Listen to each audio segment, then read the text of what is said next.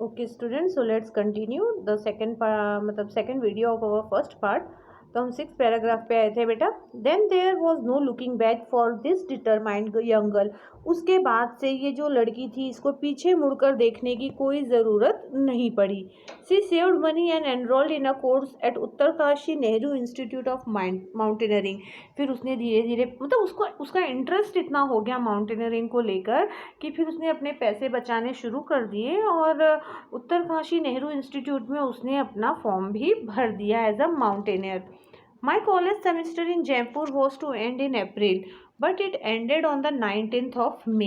अब जयपुर में जहाँ पर इन्होंने एडमिशन लिया था, वहाँ पे इनके कॉलेज का जो सेमेस्टर था वो अप्रैल में एंड होने वाला था, लेकिन वो जाकर ख़त्म हुआ 19th ऑफ मे को।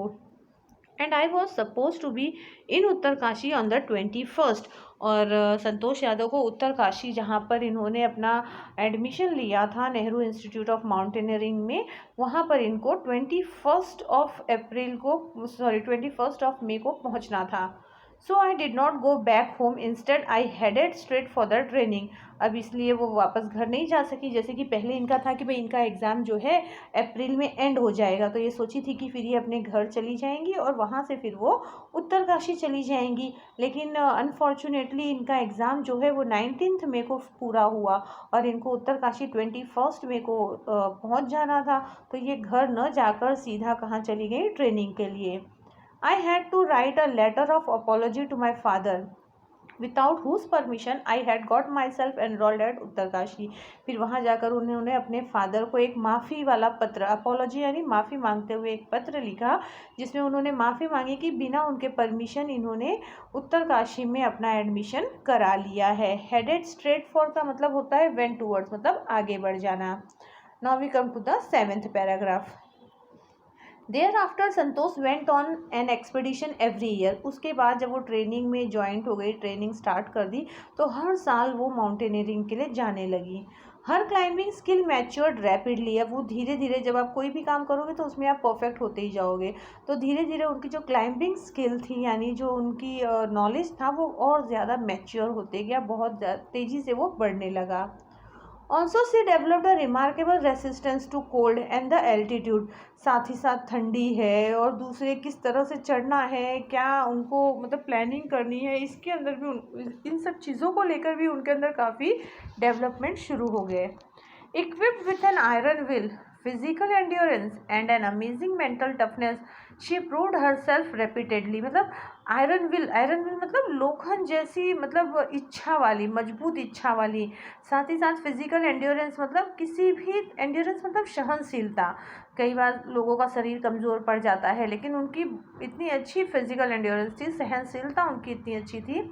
And an amazing mental toughness. Mental toughness मतलब मानसिक मजबूती। इंसान कई बार कुछ लोग शरीर से हार जाते हैं, नहीं मेरे अंदर हिम्मत नहीं है, कुछ लोग मानसिक रूप से थक जाते हैं, नहीं मैं ये काम नहीं कर सकता, लेकिन दृढ़ संकल्प वाली, मतलब ना केवल उनका विल पावर मजबूत था, उनकी इच्छा शक्ति मजबूत थी, इसके साथ साथ वो फिजिकली और मेंटली भी काफ़ी मजबूत थी। उन्होंने हर बार अपने आप को साबित किया। The culmination of her hard work and sincerity came in 1992, just 4 years after she had shyly asked the Aravalli mountaineers if she could join them। और उसकी ये जो इच्छा शक्ति थी, उसकी ये जो मेहनत थी, ये बहुत ही जल्द सामने आई लोगों के 1992 में, जब अरावली पे उसने, अरावली की पहाड़ियों पर माउंटेनियर से जब उसने पूछा था शर्माते हुए कि क्या वो उनके साथ शामिल हो सकती है, उसके ठीक 4 साल बाद ही उसकी मेहनत सामने आई। At barely 20 years of age, Santosh Yadav scaled Mount Everest, becoming the youngest woman in the world to achieve the feat। अब केवल 20 साल की उम्र में ही संतोष यादव जो है वो पहली ऐसी महिला बनी, सबसे कम उम्र की महिला जिसने माउंट एवरेस्ट पर चढ़ाई की थी, मतलब माउंट एवरेस्ट जो चढ़ी थी, ऐसी कम उम्र वाली पहली, दुनिया की पहली ऐसी लेडी थी।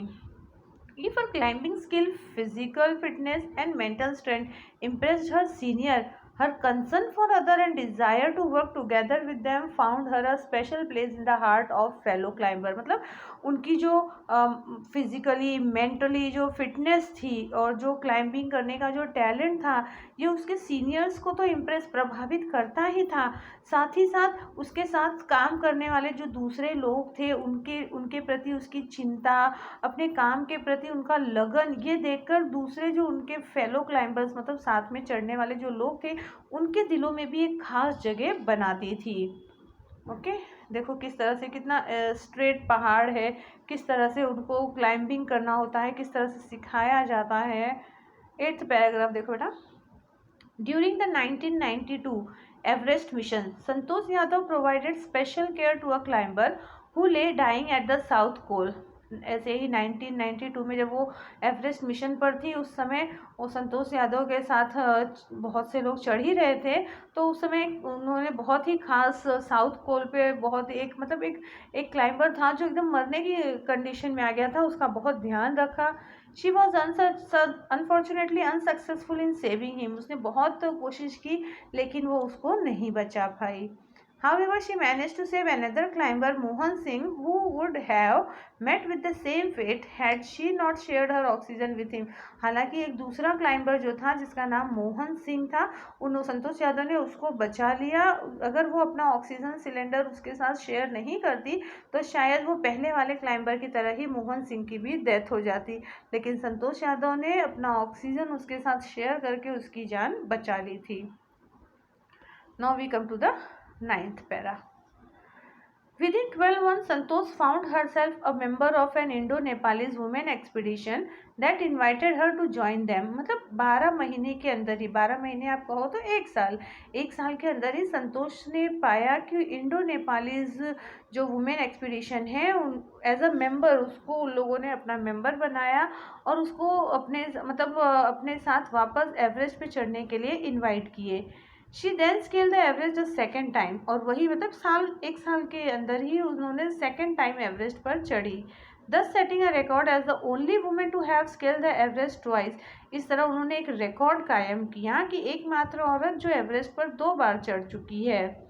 And securing for herself and India unique place in the annuls of mountaineering, मतलब माउंटेनियरिंग के फील्ड में, माउंटेनियरिंग के क्षेत्र में भारत को एक स्पेशल एक खास स्थान दिलाया उन्होंने, एक खास जगह दिलाई उन्होंने, जहाँ पर भारत का नाम शामिल हुआ कि भारत की एकमात्र ऐसी औरत जो माउंट एवरेस्ट पर 2 बार चढ़ चुकी है, यानी दुनिया की ऐसी एक औरत थी जो माउंट एवरेस्ट पर 2 बार चढ़ चुकी है। वो कहाँ से है? इंडिया से है।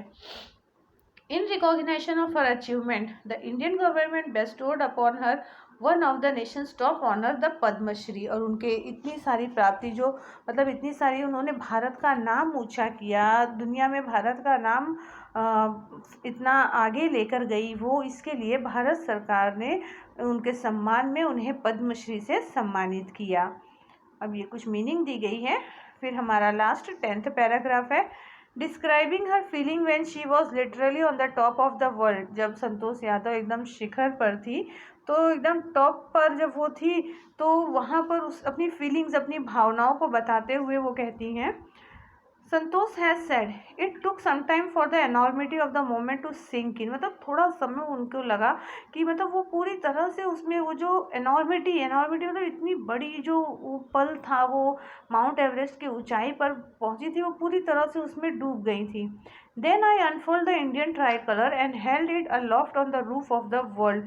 फिर उन्होंने जब वो उस खुशी से बाहर निकली तो उन्होंने अपना तिरंगा, जो भारत का तिरंगा है, उसको लहराया और बहुत ही प्राउडली दुनिया के एकदम ऊपर, रूफ कहते हैं ना, एकदम शिखर पर उसे अपने हाथों में कसकर पकड़ा। The feeling is indescribable. मतलब ये जो फीलिंग थी, ये जो उनके अंदर भावना थी, वो किसी को बयां नहीं की जा सकती है, डिस्क्राइब नहीं की जा सकती है। The Indian flag was flying on top of the world. अब भारतीय झंडा जो है वो दुनिया के एकदम ऊंचाई पर लहरा रहा था। It was truly a spiritual moment. ये बहुत ही यादगार लम्हा था। I felt proud as an Indian. Santosh Yadav एक भारतीय होने के नाते बहुत गर्व महसूस कर रही थी। Also a fervent environmentalist, Santosh collected and brought down 500 kilogram of garbage from the Himalayas। सोचो मतलब फर्वेंट मतलब क्या होता है कि जो स्ट्रॉन्ग फीलिंग वाली, एक बहुत ही सिंसियर फीलिंग वाली जो महिला, हम कह सकते हैं इनको। एनवायरमेंटलिस्ट मतलब क्या होता है, जो पर्यावरण के बारे में सोचे। तो वो माउंटेनियर तो थी ही, लेकिन साथ ही साथ एक बहुत ही अच्छी एनवायरमेंटलिस्ट भी थी। उनको पर्यावरण से भी काफ़ी लगाव था। तो हिमालय से रिटर्न आते समय सोचो, इतना वजन, मतलब उनका ऑलरेडी ऑक्सीजन सिलेंडर, फिर इतने हैवी कॉस्ट्यूम, लेकिन इसके बावजूद उन्होंने 500 किलोग्राम, 10-20 किलो भी नहीं, 500 किलोग्राम का गार्बेज, कचरा जो है वो अपने साथ उठा कर लेकर आई। मतलब उतना साफ करते हुए वो आई। मतलब इससे आप लोगों को ये तो सीखना चाहिए कि हमें अपना कचरा खुद ही साफ करना चाहिए। गंदगी फैलाना मतलब कितनी बुरी बात है कि लोग जा तो रहे हैं, लेकिन खा पी कर रैपर्स है, ये सब है, इस तरह से फेंक देते हैं। तो यहाँ पे हमारा बेटा फर्स्ट पार्ट जो है ख़त्म होता है संतोषी यादव के बारे में। अब नेक्स्ट वीडियो में हम लेंगे सेकंड पार्ट जो 8 चैप्टर का है, मारिया शरापोवा के बारे में। सो तब तक के लिए प्रणाम।